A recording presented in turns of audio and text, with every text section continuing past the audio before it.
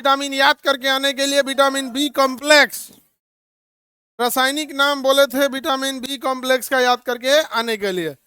बताइए vitamin B को vitamin B complex क्यों कहते हैं? बहुत सारे विटामिनों से मिलकर बना होता। विटामिन बी वन का नाम B to,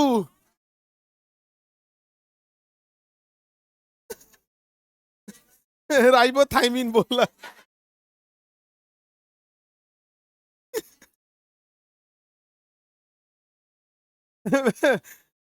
B to राइबोथाइमिन, ribo मतलब अभी सबसे खतरनाक बोलेगा बी थ्री को, बी थ्री, बी थ्री को बोलो डायनामाइट। निकोटिनामाइट, ठीक है।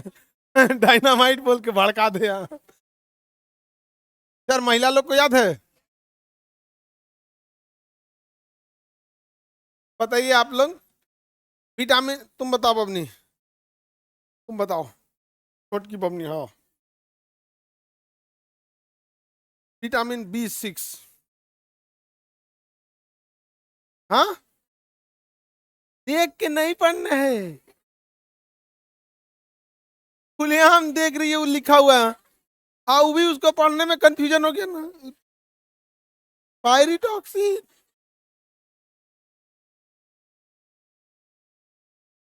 पायरिडॉक्सिन, 5 को पेंटोथाइमिन, बी7 बायोटीन, उसी को विटामिन एच कहते, B12 साइनोकोबालामीन, cyano, बी11 folic acid, folic acid, vitamin बी2 को बोलते हैं, बी2 को, बी1 को बी2 राइबोफ्लोविन। हाँ साइमन को गोली मारो, ये कौन विटामिन है? साइनोकोबालामीन नाम है ना। अच्छा निकोटिन, कौन विटामिन? साइमन को गोली मारो, साइमन गो बैक का नारा दिया था, ये तो गोलियां मार रहा है। विटामिन बी12 साइमन को गोली मारो, साइनोकोबालामीन। अब बी3 क्या है? पायरिडॉक्सिन। बी4 नहीं होता, बी5 होगा पेंटोथाइमिन, बी6 होगा पायरिडॉक्सिन, बी7 होगा बायोटीन, बी10 होगा बी11 फॉलिक, बी12 साइनोकोबालामीन। विटामिन ए तो बढ़ा दिया था, रेटिनॉल होता है। पीले फलों में विटामिन ए, प्रतिरक्षी vitamin vitamin A, golden rice में विटामिन ए, गाजर सबसे अच्छा स्रोत होता है विटामिन ए का। अब देखते हैं विटामिन सी, देखिए बड़ी जरूरी होता है, इसका रासायनिक नाम होता है स्कारबिक एसिड। रासायनिक नाम क्या होता है? स्कारबिक, स्पारिक। जितना भी खट्टे फल होते हैं वो किसमें, उसमें क्या पाया जाएगा? Vitamin C. जो भी खट्टा फल है विटामिन सी, जो भी चीज खट्टा लगेगा विटामिन सी। यही रीजन है कि एक बार क्वेश्चन पूछा था मीट में कौन सा विटामिन नहीं पाया जाता है? विटामिन सी नहीं पाया जाता। देखिएगा जब मीट बड़े मात्रा में बनाएगा तो नींबू बाहर से डालता है, खट्टा नहीं होता है मीट। मीट में कौन सा विटामिन नहीं पाया जाएगा? सी। सबसे अच्छा स्रोत क्या है? आंवला, बना देता है आंवला। जितना ज्यादा विटामिन सी रहेगा, जितना ज्यादा विटामिन सी रहेगा हमारे शरीर के लिए उतना अच्छा एंटीऑक्सीडेंट मिलेगा, उतना ज्यादा हमारी प्रतिरक्षा होगी, डेड सेल सही होंगे। हाई क्रीम पाउडर लगाने से ऊपर से इलाज होता है, नीचे का एरिया वैसे ही रह जाता है, अंदर का स्किन, ये सारा चीज के लिए कौन सही है? Vitamin C. सबसे सही विटामिन कौन हो जाएगा? Vitamin, vitamin C. सस्ता उपलब्ध हो जाता है, नींबू में है, आंवला में है। आंवला की अच्छाई क्या है? सस्ता मिलता है, और इसको आप स्टोर करके 1 साल रख सकते हैं। पीस बाय पीस बना लीजिए, हल्का मुरब्बा टाइप का बना लीजिए, हो गया। अचार बना लीजिए, ऐसे सूखले काट के सुखा के रख लीजिए, आंवला को सूखे काट के धूप में सुखा के रख लीजिए, उसका पानी उड़ जाएगा, विटामिन सी उसी में रहेगा, नहीं समझे? फिर जब खाना है भिगो के खा लेंगे। यहाँ पे बहुत सस्ता अवेलेबल है। सबसे अच्छा विटामिन होता है विटामिन सी, लेकिन सबसे खचरा होता है, बॉडी में स्टोर नहीं होता है, बॉडी में स्टोर नहीं। पेशाब करते नष्ट हो जाता है, सारा का सारा विटामिन सी यूरिन के रास्ते बाहर चला जाए। अगर शराब पी ली है तो शराब जाके विटामिन सी को मार देता है। तो शराब पीने से, यूरिन करने से विटामिन सी गया। भोजन को उबाल दीजिएगा, विटामिन सी गया। जहां पकाएं, विटामिन सी गया। विटामिन सी क्या हो जाता है? चला जाता है, पक जाता है। अब बताइए, भोजन में आप नींबू डालें, अब पका दिए उसको, विटामिन सी गया। वो खट्टा लगेगा बट विटामिन सी नहीं रहेगा, क्या काम से आप। इसलिए बिहार में आइए, सत्तू पीजिए, उसमें बाहर से डालेगा, नींबू बाहर से डालेगा। गन्ना का जूस पीजिए, नींबू बाहर से डालेगा। समझ में आ गया कि नहीं आ गया? भारत के आदमी खाने के बाद नींबू नहीं खाता है, बशर्ते वो बारात में खाने नहीं गया है। अगर बारात में गया है खाने, सलाद में पहले खोजेगा नींबू कहाँ है। हाँ हाँ, इमली भी अच्छा है, महिला सब इमली भी खूब खाते। हाँ, समझते हैं अब हम लोग ज्यादा। आगे बढ़ते हैं हम लोग। हाँ, तो बताइए, उबाल देने से विटामिन सी नष्ट। भोजन को कचकचा के छील दीजिएगा एकदम गहीर, सब्जी छील दीजिएगा एकदम गहीरा। एक को देखिएगा ना, कचकचा के छीलता है सब्जियां, विटामिन सी गया। भोजन छील देने से विटामिन सी गया। भोजन मैंने सब्जी छीलने में विटामिन सी गया। भोजन को पका देने से विटामिन सी नष्ट हो जाए। यूरिन करने से नष्ट हो गया। शराब पीने से नष्ट हो गया। शरीर में स्टोर नहीं रहेगा विटामिन सी। खट्टे फलों में विटामिन सी। अंडा में नहीं पाया जाएगा सी। दूध में नहीं पाया जाएगा सी। मीट मांस में नहीं पाया जाएगा सी। मछली में नहीं पाया जाएगा सी। बहुत अजीब है लेकिन ठीक चीज है। यहाँ पे विटामिन सी शराब पीने पे, सब्जी छील देने पे नष्ट हो जाता है। मूत्र करने से शरीर से बाहर आ जाता है, भंडारित नहीं हो सकता है। घाव भरने के काम में आता है कौन? Vitamin C. घाव भरेगा विटामिन सी। अगर कहीं कट उठ गया है, विटामिन सी है तो घाव भरने में हेल्प करता है। घाव भरने में हेल्प करेगा, बीमारियों से लड़ने में हेल्प करेगा। एंटीऑक्सीडेंट, पुराने सेल को मार के नया सेल बनाने वाला एंटीऑक्सीडेंट कौन? विटामिन सी। विटामिन सी बहुत जरूरी होता है, एंटीऑक्सीडेंट। समझ में आ गया कि नहीं? कौन सा? Vitamin C. अब ये शराब बनाने वाली कंपनी है सब, आंवला, मुरब्बा और ये किशमिश, ब्लूबेरी मिला के शराब बना दिया। तो भैया, एंटीऑक्सीडेंट आंवले में था, एंटीऑक्सीडेंट ब्लूबेरी में था, एंटीऑक्सीडेंट अंगूर में था, एंटीऑक्सीडेंट संतरे में था। उसका जूस बनाओगे तो जूस बना के नाली में भी डाल दोगे ना, तो एंटीऑक्सीडेंट का गुण कहाँ चला जाएगा? नाली में। कल को रिसर्च करके कहोगे कि नाली के पानी में एंटीऑक्सीडेंट है, इसको पीजिए, तो गलत बात है। इससे थोड़ा आंवला, ब्लूबेरी, संतरा, मौसमी, अंगूर का जूस बनाया, उससे वो शराब बनाया, नाम रखा रेड वाइन। अकार रेड वाइन में एंटीऑक्सीडेंट होता है, कोई बात है? हाँ, एंटीऑक्सीडेंट। कोई बरियारी एक तमाचा मार देगा ना तो यहाँ का सेल डेड कर जाता है, फिर नया सेल बनता है। क्या कहिएगा? एक तमाचा मारने पे एंटीऑक्सीडेंट होता है, नया सेल बनेगा। तो ये जितनी शराब कंपनियां हैं, ये बहुत ऐसा नहीं रिसर्च कराएगा जिससे इनका सामान बिके और शराब पीने वाले को एक ठो बहाना मिल जाए। तो शराब पीना, आपको पीना है आप पीजिए। शराब पीने से दो बस ऐतराज क्या है, आप सोसाइटी में जाके गाली गलौज करने लगते हैं। ये नहीं, पी के सूझ जाओ, किडनी फूक के मर जाओ, उससे कोई दिक्कत नहीं है। बट ये जो गाली गलौज करने लगता है जोर जोर चिल्ला के मोहल्ले में, शराब पीने से इंडिविजुअल को दिक्कत हो कोई ऐतराज नहीं है, पी के मर जाओ कोई दिक्कत नहीं है। शराब पी के जो सोसाइटी में गंद फैलाता है, किसी को गाली गलौज करेगा, अपने फैमिली मेंबर में किसी को पीटेगा, किसी के दूसरे घर में घुस जाएगा, नशे में उसको पता ही नहीं चल रहा है, गाड़ी एक्सीडेंट कर देगा। अभी एक फैमिली के लगभग 7 लोग की डेथ हुई है, एक फैमिली के 7 लोगों की डेथ हुई है। शराब पी के ड्राइवर क्या कर रहा था? शराब पिया हुआ था, लड़ा दिया, कई लोग मरे हैं, 10-15 लोग मरे हैं। लेकिन उस गाड़ी में एक ही फैमिली के 7 लोग थे, पूरी फैमिली ही चली गई। क्या था? तो ड्राइवर शराब पिए हुए था। तो ये खराब चीज है। और दूसरा कि बियर शरीर के लिए अच्छा है और रेड वाइन शरीर के लिए अच्छा है, ये सब गलत चीज है। ऐसा भाषण नहीं देना चाहिए। अच्छा है तो अपने बाल बच्चों को पिलाओ और थोड़ा अपनी मम्मी मम्मी माता जी को भी। नहीं समझे? माता जी को पिलाओ, अच्छा है तो। हाँ,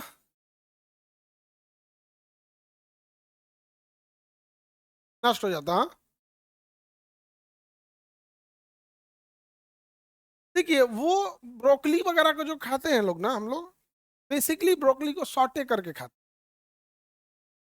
ब्रोकली जो ब्रोकली हो गया, उसको हल्का स्टीम करके, स्टीम और बॉयल में अंतर होता है, थोड़ा सा अंतर है। ब्रोकली को स्टीम करके हल्का सा सॉटे करके खाते हैं। और वो भी देखिएगा, ये ब्रोकली वगैरह खाना इटालियन कल्चर है, इटालियन। तो हल्का सॉटे करेगा, और वो भी ऑलिव ऑयल पे, जैतून के तरफ ऑलिव ऑयल पे। ऑलिव ऑयल गर्म नहीं होना चाहिए। एक तेल होता है ऑलिव ऑयल, कितना रुपया लीटर होगा? 2,000 रुपये लीटर होगा, 1,000 रुपये लीटर? 2,000 है? 2,000 रुपये लीटर है। बहुत सबसे महंगा तेल है ऑलिव ऑयल, सबसे महंगा। इस सरसों तेल में अभी हम लोग का 150 होता है तो आदमी ऊपर नीचे हो जाता है। ठीक हुआ हम लोग बहुत पहले पैदा हुए, उस समय सरसों तेल बहुत सस्ता था, हम लोग का तेल और मलाई हो गया। आजकल के गाँव हम लोग पैदा हुए रहते तो इसे सूखले छोड़ देते, पानी में मल देख रहा। हम लोग के समय सरसों तेल सस्ता था, तो लहसुन खौला के सरसों तेल में बस हम मलाते रहता था लोग। आजकल के महंगा भी हो गया है। आजकल का महिला सब जॉनसन बेबी यही सब कर रही है, टेम्प्रोरी ऐसे ताम झाम करके हटा दे रही है सब। जब आप उस जब माँ अपने बच्चे को बहुत बचपन में देखिएगा मालिश करेगी, ये करेगी, स्किन टू स्किन उसका एक लगाव रहता है, आप से उसको हमेशा जुड़ाव महसूस होगा। ये आप देखिएगा, माँ के बगल में बैठिएगा ना तो आपको लगेगा नहीं, एक नेचुरल लगाव होगा, आपको लगेगा एक मैग्नेटिक फील्ड में बैठे हैं। हाई जो ना आजकल जॉनसन भी लगा के हैं एक नियो को बुढ़ापा में मारता है सब।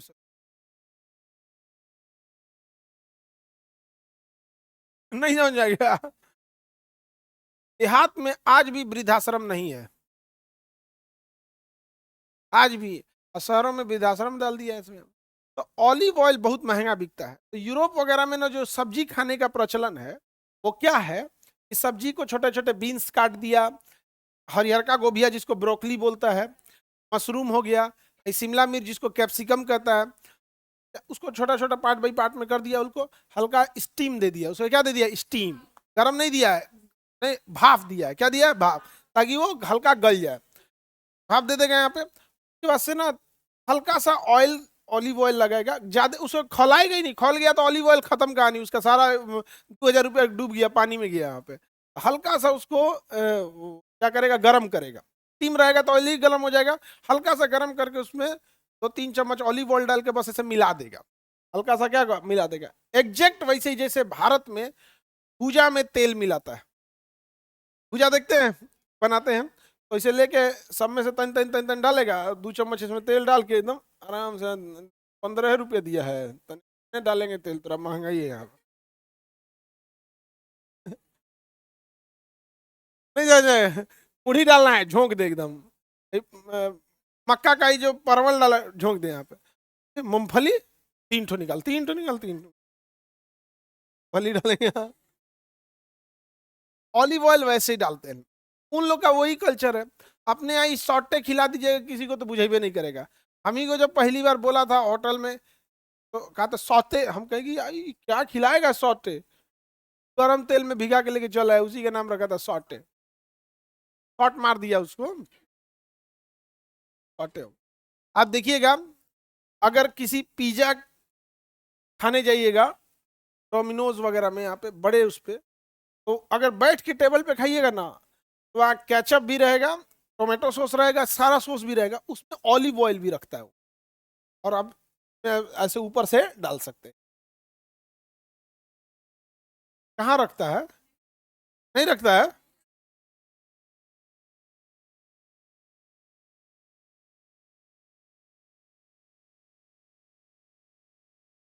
आगे बढ़े। विटामिन सी समझ में आ गया।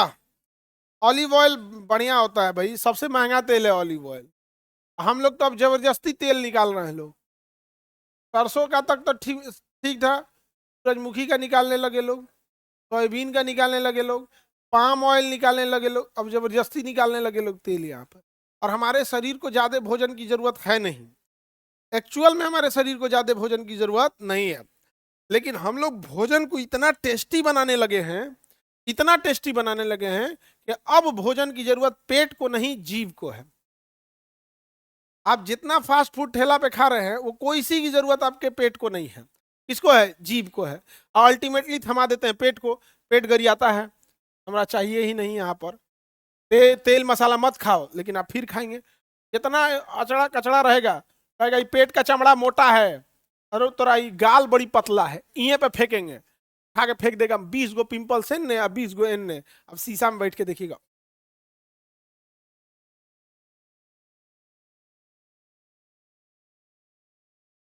हो रहेगा उसमें। तो आप हम कभी भी भोजन क्या कर लेते हैं, जरूरत से ज्यादा खा लेते हैं। हम दूसरे को क्या बोले, हम खुद खा जाते हैं। बस हम फास्ट फूड कुछ भी नहीं खाते हैं, फास्ट फूड नहीं खाते हैं। हर ही का खाएंगे, लेकिन बहुत ज्यादा खाएंगे, बहुत ज्यादा यहाँ पर। मतलब चावल ऐसा रहेगा जैसे लगेगा 3-4 आदमी का कॉमन खाने के लिए आया है। नहीं, बाहर कहीं जाते हैं तो नहीं खाते हैं, बाहर हम खाते ही नहीं है कहीं में भी। और अगर किसी के यहाँ लड़की की शादी है तो फिर तो हमारे दादाजी तो पूरे घर में बोलते थे, केहू जना गई लोग, लड़की के बियाह में खैला लोग तो जान लिया लोग। बराती ना हो सन, ओकनी के मेहमान में हो सन, हमने केकरो यहाँ के बियाह पड़ल बा लड़की के, तो हम लोग की जिम्मेदारी बा। हम लोग यहाँ घर का कोई भी लड़की की शादी में जाएगा तो बस बात रखने के लिए कुछ हल्का सा नमकीन जो भी मिला वो बस से। नहीं तो ऐसे घर में तो हम भाई परेशान है खा खा के। हम कुक को बोलते हैं आज कम खाएंगे, 2 ही रोटी लाना, वो पहले ही 10 को बना के रखे रहता है, तो फिर दू करके फिर मांगेंगे आप।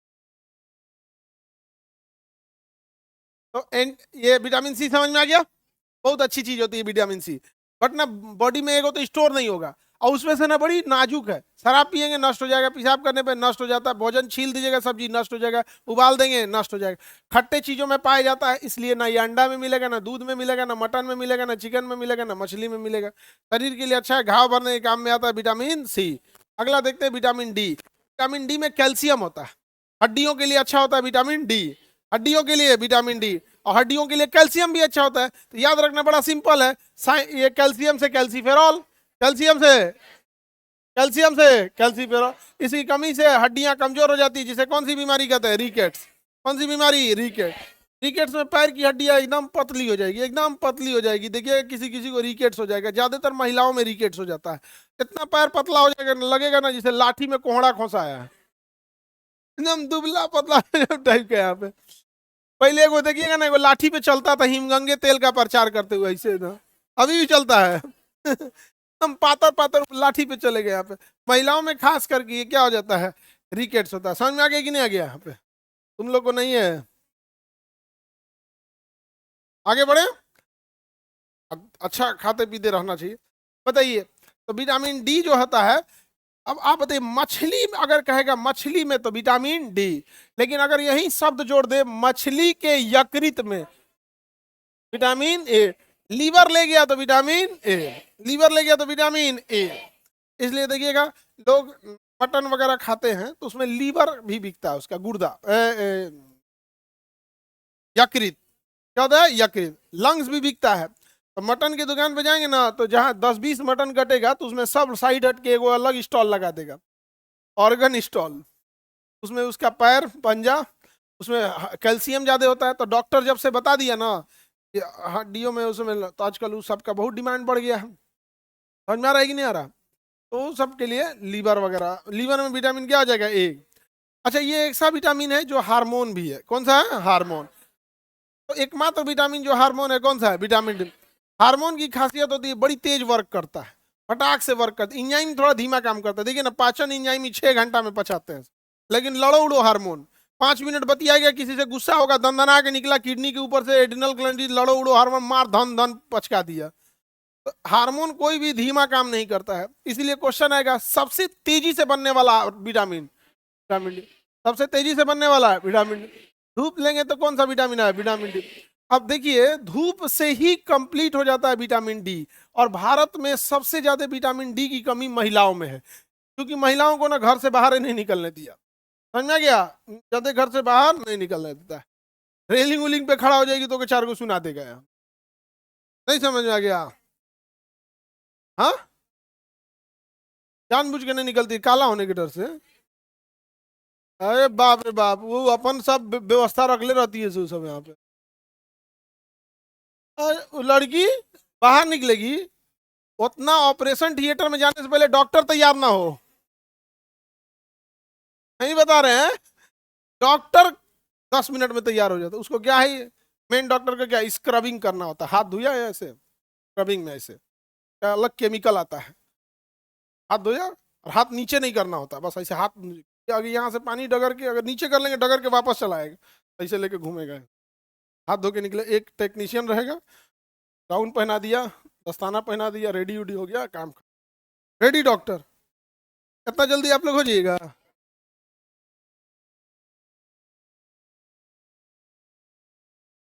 सबसे भयानक रेडी होता है डॉक्टर को जब किसी डॉक्टर को किसी HIV पेशेंट का ऑपरेशन करना होता है तब। HIV पेशेंट के ब्लड के संपर्क में आते वो भी HIV पॉजिटिव हो जाएगा। अच्छा, ऑपरेशन में उसको काट के पूरा ब्लडे निकालना है। अब उसमें दस्ताना अलग हो जाता है, 2-3 लेयर होते हैं, पूरी अलग टाइप के हो जाता है, बहुत बहुत प्रोटोकॉल हो जाता है। जो ऑपरेशन का रेट होना चाहिए वो भी ज़्यादा हो जाता है। पहली बात की 80% डॉक्टर ऐसे सरेंडर कर देते हैं, भैया हमें नहीं करना है। पता चले काटने में हमारे उंगलियां कट गया ऐसे। आगे बढ़े। विटामिन डी कहाँ पाया जाता है? धूप में। धूप में विटामिन डी पाया जाता है। और हम जितने भी गर्म प्रदेश हैं वहाँ के लोगों को धूप में विटामिन डी, क्योंकि वहाँ गर्म प्रदेश में विटामिन डी इजीली अवेलेबल है, उनकी चमड़ियाँ मोटी होती है। जैसे हम इंडियंस की चमड़ी मोटी होती है क्योंकि विटामिन डी अवेलेबल है। अच्छा, जो विषुवत रेखा पे ऊपर वाले देश हैं सब, इन तो सीधे सीधे धूप पड़ता है, इनकी चमड़ियाँ और भैंस जैसन हो जाती है, एकदम कैसन हो जाता है, भैंस जैसन। ज्यादा विटामिन डी चलाएगा दिक्कत ना हो जाएगा। अब यूरोप हो गया, अमेरिका हो गया, यहाँ धूपे नहीं निकलता है, धूप नहीं निकलेगा। कभी साल में 1-1.5 महीना के लिए धूप निकलेगा तो ये सब दौड़ेगा सब धूप सेकने के लिए समुद्र के किनारे इधर उधर। तो अब बताइए, ओपेसिंसो का मोट चमड़ा हो जाए भैंस जैसन हम लोग की तरह, तो विटामिन डी जौनो एगो साल भर में 1 महीना धूप निकला तौनो नहीं मिलेगा। इसलिए जितना अंग्रेज मिलेंगे सुन साहब का चमड़ा एकदम पातर छीलल मुर्गा ऐसा रहेगा, घिनौना दिखेगा सबको। आप ध्यान से पास से देखिएगा ना तो घिनौना दिखेगा से एकदम टाइप। कहीं से बकोट देगा तो इन्हें लगेगा इन्हें खून इन्हें चले हैं, कैसा दिखेगा, घिनौना दिखेगा। विटामिन डी लेने के लिए समझ में आ गया कि नहीं आ गया? किसी को दिक्कत? वयस्कों में इसकी कमी से कौन सा बीमारी होता है? ऑस्टियो। देखो ऑस्टियो मतलब सीधे हो गया किससे संबंधित में, हड्डियों से संबंधित बीमारी।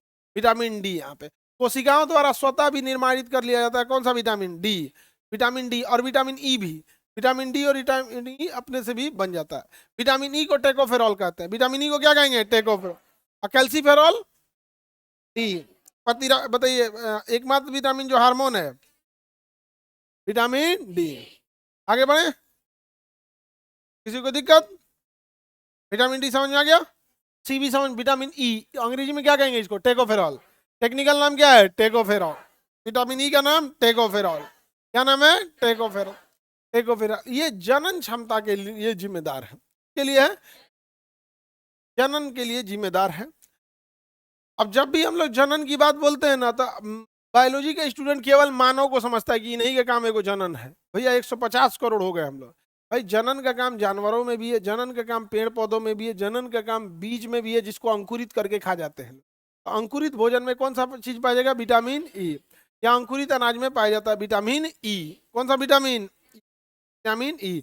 विटामिन के, विटामिन के का नाम क्या होता है? फिलोक्विनोन। क्या कहेंगे? फिलोक्विनोन बोलते हैं। विटामिन के को विटामिन के जो होता है खून के थक्का बनने में हेल्प करता है, ये तो हम पढ़ा चुके हैं, याद कीजिए। पढ़ाए थे कि नहीं पढ़ाए थे? और अगर ये थक्का बना दिया बीच रास्ते में ऐसे पतले नस में, वहां नस फट जाएगा। और नस फटने के बाद नस जो ब्लड जो बाहर आके क्लॉट बना देगा उसे क्या कहेंगे? हेमरेज। क्या कहेंगे? हेमरेज। हेमरेज तुरंत क्लिपिंग करके रोक सकते हैं तो रोक लिए, नहीं तो कहानी खत्म कर देगा। क्लिपिंग करके रोक देता है। मान के चलिए कहीं का फटा हुआ है, किसी एक जगह का है, वहां से धीरे धीरे हेमरेज हो रहा है, ज्यादा ब्लड नहीं आया है, क्या करेगा, किसी नस के रास्ते से, मोटा नस के रास्ते से एक छोटा सा वायर लेके जाएगा वहां पे, और उस नस को कैसे क्लिप करके क्या कर देगा, बंद कर देगा। क्या कर देगा, बंद कर देगा। पाइप ही फट जाता है तो कैसे आदमी दाब देता है, क्लिपिंग कर देता है। लेकिन अगर छोटी नसें हैं जैसे ब्रेन में, अब ब्रेन वाला फटा अगर, तो ब्रेन में क्या हो जाएगा, क्लॉट जमा, ब्रेन में मार देगा, ब्रेन हेमरेज हो, क्लॉट जमा हो गया।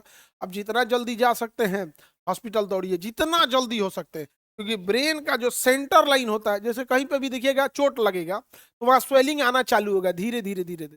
जैसे यहाँ पे चोट एक लाठी मार देंगे ना, 5 घंटा बाद ज्यादा फूल जाएगा और वो अपना एरिया बढ़ाते जाएगा बढ़ाते जाएगा। इसी तरह ब्रेन में यहाँ सेंटर लाइन होता है बीचों बीच वाला, वहां तक चोट नहीं पहुंचना चाहिए। अगर वहां चोट पहुंच गया ना, तब डॉक्टर कह देते हैं अब डॉक्टर नहीं, अब भगवान बचाएगा, क्योंकि अब इलाज नहीं, अब चमत्कार होगा।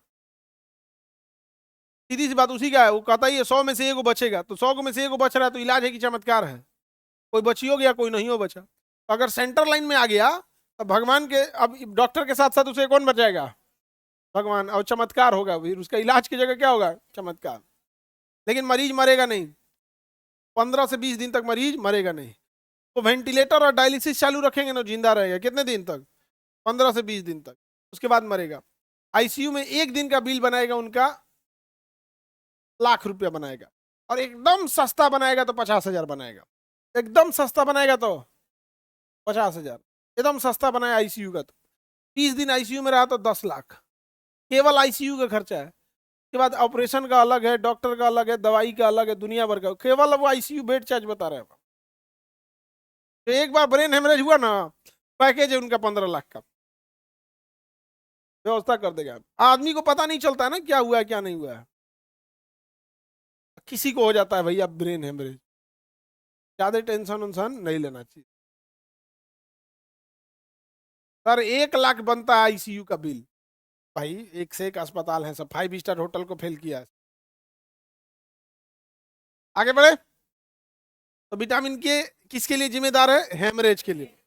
इसका अधिक हो जाना शरीर के लिए अच्छा है या खराब है, हाँ खराब है। विटामिन के सब्जियों वगैरह में पाया जाता है। Any problem.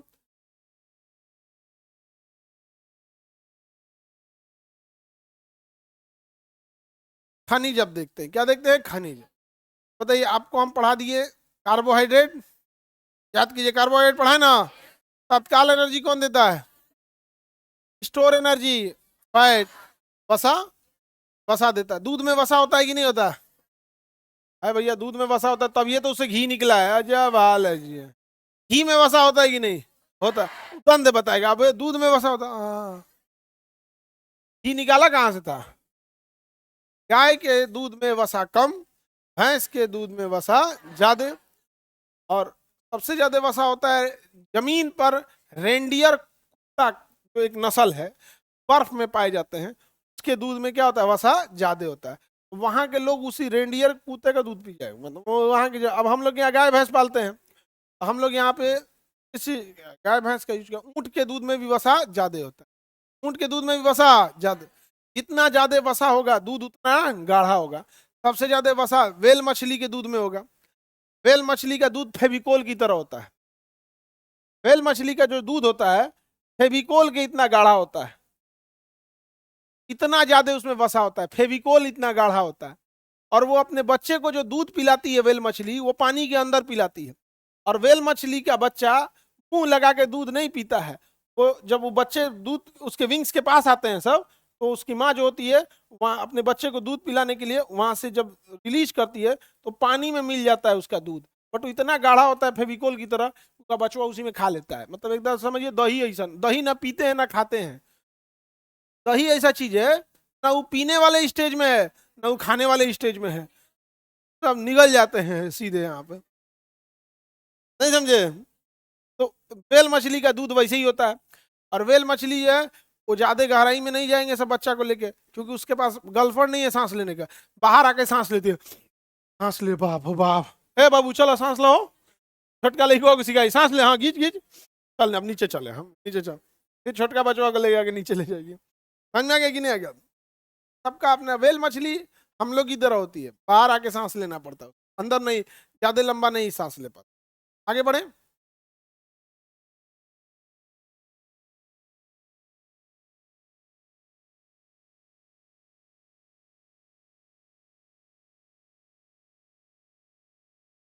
आगे बढ़े बाबू। तो अब हम देखते हैं खनिज, क्या देखते हैं? खनिज कहाँ पाया जाएगा? पीरियोडिक टेबल में। खनिज आपको देखने को कहाँ मिलता है? Periodic table. जैसे हाइड्रोजन हमारे लिए जरूरी है क्योंकि कार्बोहाइड्रेट में है, ऑक्सीजन जरूरी है क्योंकि कार्बोहाइड्रेट और फैट प्रोटीन में भी है, नाइट्रोजन जरूरी है क्योंकि प्रोटीन में है, कार्बन जरूरी है, कैल्शियम जरूरी है, फास्फोरस जरूरी है, आयरन जरूरी है, आयोडीन जरूरी है। यानी पीरियोडिक टेबल में जितना घूम रहा है वो जरूरी है यहाँ पर। अभी कुछ बच्चे ऐसे पाए जाए हैं कि उनको दूध पिलाया गया है तो उनके शरीर में यूरेनियम का रेडिएशन आ गया है। अब बाप रे बाप, पूरा डिपार्टमेंट पगला है कि ये यूरेनियम कहाँ से लेके आए भाई, तो पूरा का पूरा एरिया साफ कर देगा यहाँ पे। तनी मनी प्रदूषण हो रहा था, चल रहा था वो, यूरेनियम प्रदूषण हो गया, ये तो नेक्स्ट लेवल प्रदूषण हो गया, नहीं हो गया? आगे बढ़े। तो हमारे शरीर में कुल 24 प्रकार की जरूरत है, कितने की किसकी है? खनिज की है। क्या खनिज कार्बनिक होता है? नहीं, वो तो एलिमेंट है, पदार्थ है, वो तो अपने आप में तो सिंगल। क्या हाइड्रोजन कार्बनिक है? हाइड्रोजन हाइड्रोजन है। जैसे आयरन एक खनिज है, तो क्या कार्बनिक है? आयरन तो अपने आप में क्या है? आयरन है, उसके अंदर दूसरा कुछ भी नहीं होता है। शरीर को आयरन की भी जरूरत है, कैल्शियम की भी जरूरत है, पोटेशियम की जरूरत है, फास्फोरस की जरूरत है, हर चीज की जरूरत है शरीर को। तो ये सब जरूरी होती है। क्लोरीन की भी जरूरत है कि नहीं है? तभी तो नमक खाते हैं, NaCl, सोडियम और क्लोराइड दोनों मिला के खा लेते हैं कि नहीं खाते हैं? की जरूरत है। कुछ थोड़ा ज्यादा चाहिए, कुछ कम चाहिए। एक्चुअल में खनिज जो होते हैं वो कम ही चाहिए होता है, लेकिन कम में भी देखिएगा कुछ एकदम में कम, कुछ ज्यादा कम। खनिज एग्जैक्ट वैसे ही काम करता है जैसे भोजन में मसाला काम करता है। कभी भी भोजन में मसाला ज्यादा नहीं पड़ता। आप कोई भी मसाला देखिएगा वो ज्यादा नहीं पड़ेगा। अब उसमें में भी दो कैटेगरी होता है। कुछ मसाला ठीक ठाक पड़ता है, जैसे जीरा, छोंक दिए इतना, छोंक दिए इतना, नहीं देखते हैं, ज्यादा ही पड़ जाता है जीरा वहां पे।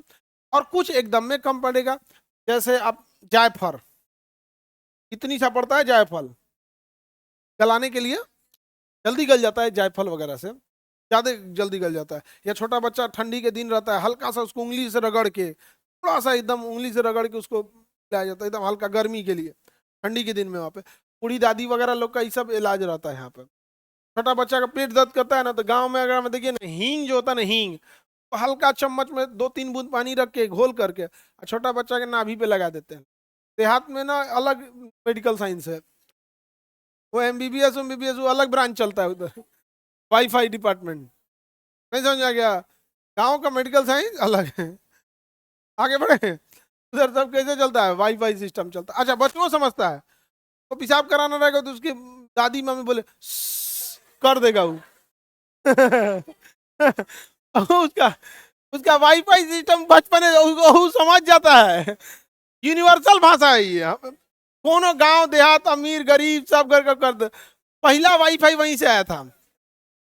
समझ गया आप? रहने दो बाबू, अब आप लोग अभी बता रहे थे ना, डिसिप्लिन एंड सिविक सेंस। चलिए अब ध्यान से देखते हैं हम लोग। तो मसाला आप देखिएगा गौर करके, एक तो खुद ही कम पड़ता है, उसमें भी ना कुछ मसाले थोड़ा ठीक ठाक पड़ते हैं, कुछ कम पड़ता है। जैसे नमक ठीक ठाक पड़ेगा, लेकिन लौंग ज्यादा, कितना ही लौंग डालिएगा, 2-3 जरूरत के हिसाब से।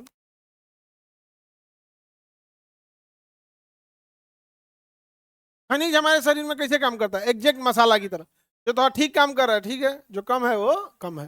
जैसे कश्मीरी मिर्च तीखा नहीं होता है, लाल करने के लिए होता है, ठोक दीजिए एकदम लाल हो जाएगा। लेकिन हई हई वाला तीता वाला मिर्च हुआ था नहीं, ज्यादा नहीं पड़ेगा। तो खनिज को हम कितनी भाग में बांटेंगे? 2। ज्यादा जो पड़ेगा मैक्रो, और जो कम पड़ेगा माइक्रो। मैक्रो, माइक्रो, मैक्रो और हालांकि ये मत समझिएगा कि हई ज्यादा पड़ेगा, ये भी थोड़ा ही पड़ रहा है, लेकिन एकरो से कम है। ये वाला मसाला का आपको एक एक मुट्ठी पड़ता है, कोई एक मसाला बताइए जो एक मुट्ठी पड़ता होगा? नहीं पड़ेगा। मिक्स करके थोड़ा थोड़ा थोड़ा थोड़ा करके एक मुट्ठी पड़ रहा है मसाला, तो मैंने 40 आदमी खाने वाला है, ज्यादा खाने वाला आदमी यहाँ पर, नहीं तो जलजीरा घोल लगने लगेगा, ग्रेवी अजीब टाइप का ना लग जाएगा खाना बनाने में। तो ये अब हम लोग देखते हैं। जैसे अब अपने से बताइए, शरीर में कार्बन है, ज्यादा चाहिए होगा क्योंकि इसका जरूरत कार्बोहाइड्रेट में भी है, फैट में भी है, प्रोटीन में भी है, शरीर निर्माण में भी। विटामिन भी कार्बनिक होता है, ये भी ज्यादा चाहिए यहाँ पे। हाइड्रोजन देखेंगे, ऑक्सीजन देखेंगे, ये सब चीज क्या है, ज्यादा मात्रा। पूरा शरीर बना हुआ है नाइट्रोजन यानी प्रोटीन से, ये ज्यादा जरूरत होगा। लेकिन वही देखेंगे आयरन, हीमोग्लोबिन के निर्माण में पूरे शरीर में 5 लीटर ब्लड है। कितना लीटर है, 5 लीटर ब्लड। उसका भी 90% हिस्सा प्लाज्मा है, जो पानी है, प्लाज्मा है जो पानी है। अब हो गया आपका आरबीसी। आरबीसी हमारे शरीर में कितना होगा, मुश्किल से 1 कप, केवल आरबीसी निकाले तो, क्योंकि ब्लड का तो प्लाज्मा हिस्सा होता है, 90% तो पानी ही हो जाता है, उसमें हो जाता है आयरन। गले को चाहिए आयोडीन, एकदम कम चाहिए। आयोडीन क्या चाहिए, बहुत कम। ब्रेन को क्या चाहिए, सोडियम। क्या ज्यादा चाहिए, सोडियम। हाँ, बहुत दिक्कत हो जाएगा, ज्यादा सोडियम हो जाएगा तो। कम हो जाएगा तो चक्कर आने लगेगा। सोडियम कम हो गया तो क्या कम आना। पोटेशियम, पोटेशियम, अरे भैया ये बहुत खतरनाक है के, अरे बाप रे, फास्फोरस लिख दिए हो। ओ पोटेशियम के, बुढ़ापा में दिमाग काम उतना नहीं करता, हम कभी कभी हो जाता है, समझते हैं आप लोग। आगे बढ़े तो पोटेशियम सबसे खतरा चीज है, पोटेशियम। इसका शरीर में 3 से लेके 5 इसका लेवल होता है। 3 से कम हुआ तो हार्ट अटैक का डर, और ज्यादा हुआ तो वो डर। तो बहुत खतरनाक चीज है ये पोटेशियम। और किडनी के मरीज का हर 2 दिन पे भाग जाता है पोटेशियम। होना चाहिए 5, 5 के ऊपर गया ना तो हार्ट का डॉक्टर कहता है अरे भैया ये इसको कभी अभी आ जाएगा अटैक। और किडनी के मरीज का ना एनी टाइम 7-8 रहता है। उठा गया उसका शरीर, किडनी काम नहीं कर रहा। शरीर से पोटेशियम बाहर कौन निकालता था, किडनी, पेशाब के रास्ते से। क्लोराइड बाहर कौन निकलता है, किडनी, पेशाब के रास्ते से। उसका पेशाबे नहीं हो रहा है, किडनी का मरीज पेशाबे नहीं करता है। समझ में आ गया कि नहीं आ गया, किसी को दिक्कत? तो आइडिया रहता है उसी हिसाब से करता है। जैसे अभी जाके देखेंगे ना, जहाँ किडनी का डायलिसिस रहेगा वहां बाथरूम एकदम कम दिया जाएगा।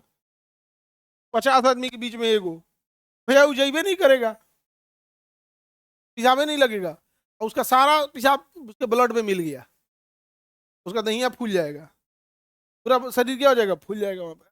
तो पोटेशियम अगर ज्यादा हो गया मार देगा उसको हार्ट अटैक। इसलिए देखिएगा डायलिसिस के मरीज में ब्लड तो साफ होते रहेगा, होते रहेगा, 7-8 साल बाद वो डेथ कर जाता है। 7-8 साल डायलिसिस कराते कराते रहेगा, एक टाइम बाद डेथ कर जाएगा। रीजन क्या है, उसके शरीर में जो नॉर्मल बैलेंस होना चाहिए उससे ज्यादा वो टॉलरेट करना सीख गया है। टॉलरेट करना क्या हो गया, सीख गया है।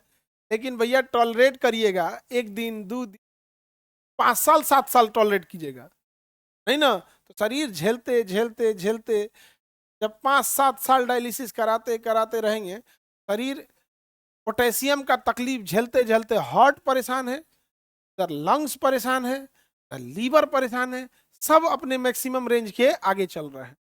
कुछ समय तक तो कोई भी खींचेगा, 2 साल 4 साल 5 साल घींचते घींचते जैसा शरीर है वैसे रहेंगे। जैसे प्रेमानंद महाराज जी, आप उनको देखते हैं कि डायलिसिस, कभी उनका त्याग देखें, सादा भोजन करते हैं, उबला हुआ भोजन, उबला भोजन खाएंगे लोग। तो शरीर में आप पोटेशियम ले ही नहीं रहे तो निकालने की तो मान के चलिए किडनी फेल है तो किडनी को भी ज्यादा वर्क नहीं करता। हम लोग को आलू खाएंगे, जमीन के नीचे से निकल, सब चीज में पोटेशियम है। पपीता खाएंगे, तो खाना भी तो रंग बिरंगा खाते हैं। साधु संत का तो खाना खाइएगा तो ऐसे ही बीमार नहीं पड़िएगा। साधु लोग का खाना ही कैसा रहता है, सादा भोजन होता है उनका। हाँ, उबला नॉर्मल खिचड़ी यही सब तो खाते हैं। तो हमारे शरीर में कुछ ज्यादा जरूरत है और कुछ कम जरूरत है। और ये बहुत खचरा होते हैं सब, यही गड़बड़ाते हैं सब। यही क्या कर देंगे सब, गड़बड़ा देगा सब। यही आगे पीछे होगा ना तो ब्लड निकाल के जांच किया जाता है कौन चीज आगे पीछे हुआ है। समझ में आ गया? अब ब्लड के हम लोग के वेन में जांच होता है। ब्लड कहाँ से लिया जाता है, वेन में। किसमें लिया जाता है, वेन में। आर्टरी में से ब्लड निकाल देंगे, आर्टरी में से ब्लड निकाल देंगे।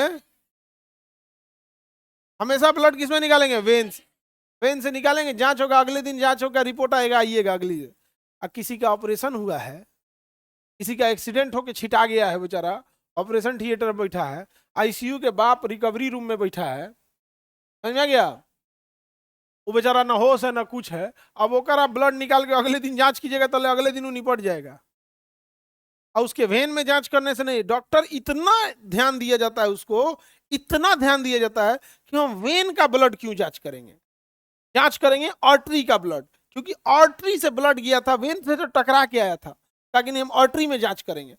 तो एक नीडल लेके पाइप हल्का सा उसके आर्टरी में डाल दिया जाता है। कितना तकलीफ करता होगा, आर्टरी में डालना कितना रिस्की चीज होता है। आर्टरी में डाल के उसको परमानेंट वहीं छोड़ दिया जाता है, जब तक वो बेड पे पड़ा रहेगा, आईसीयू इस पे आर्टरी में रहेगा। हर 1 घंटा पर, जितना ज्यादा सीरियस है उतना मान के चलिए ज्यादा सीरियस है, तो हर 1 घंटा पे 2 घंटा पे एक आएगी नर्स खाली सिरिंज लेके, जहाँ वेन में जगह बनाई है निकालने के लिए वहां से ब्लड को निकालेगी, अब बंद करेगी, अब फिर इसको जांच करने के लिए भेज देगी।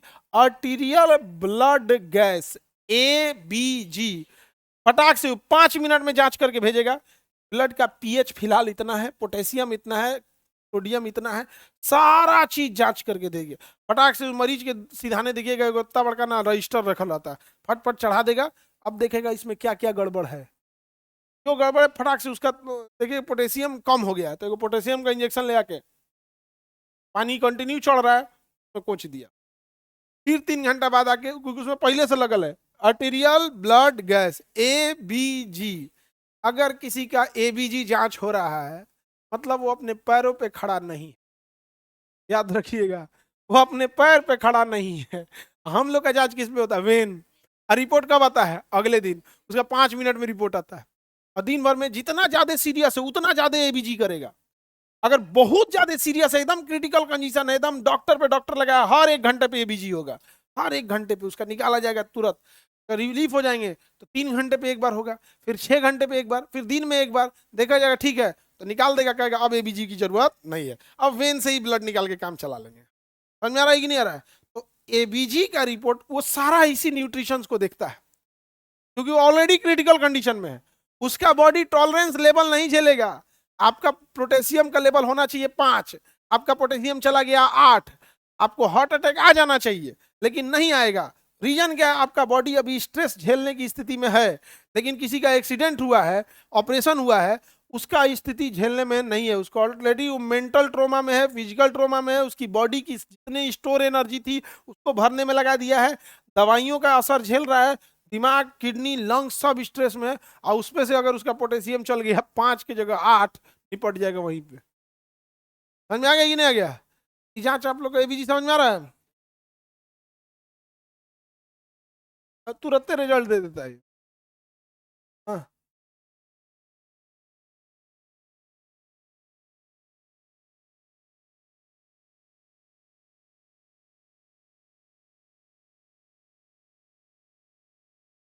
हाँ, डायलिसिस लाइफ टाइम नहीं जिंदा रख सकता।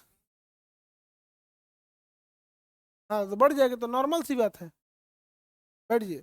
बाबू का कहना है कि जैसे डायलिसिस पे 5 साल 7 साल लोग जिंदा रहते हैं, 8 साल, प्रेमानंद जैसे महाराज लोग 10 साल 15 साल।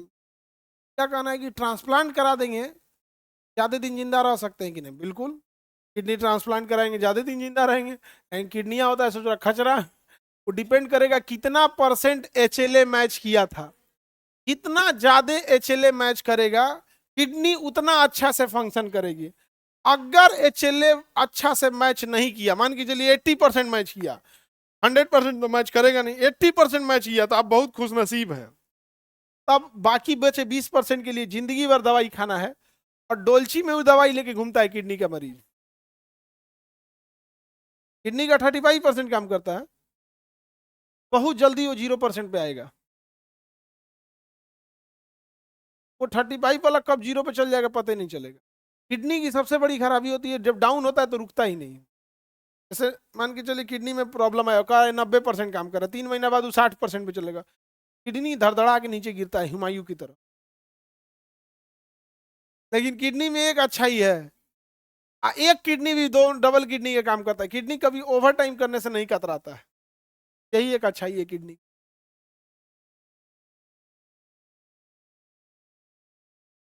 किडनी फेल है, हाँ हाँ। हाँ, वीक में 3 बार डायलिसिस हो, एक दिन गैप कर करके, आज होगा फिर कल नहीं होगा फिर कल।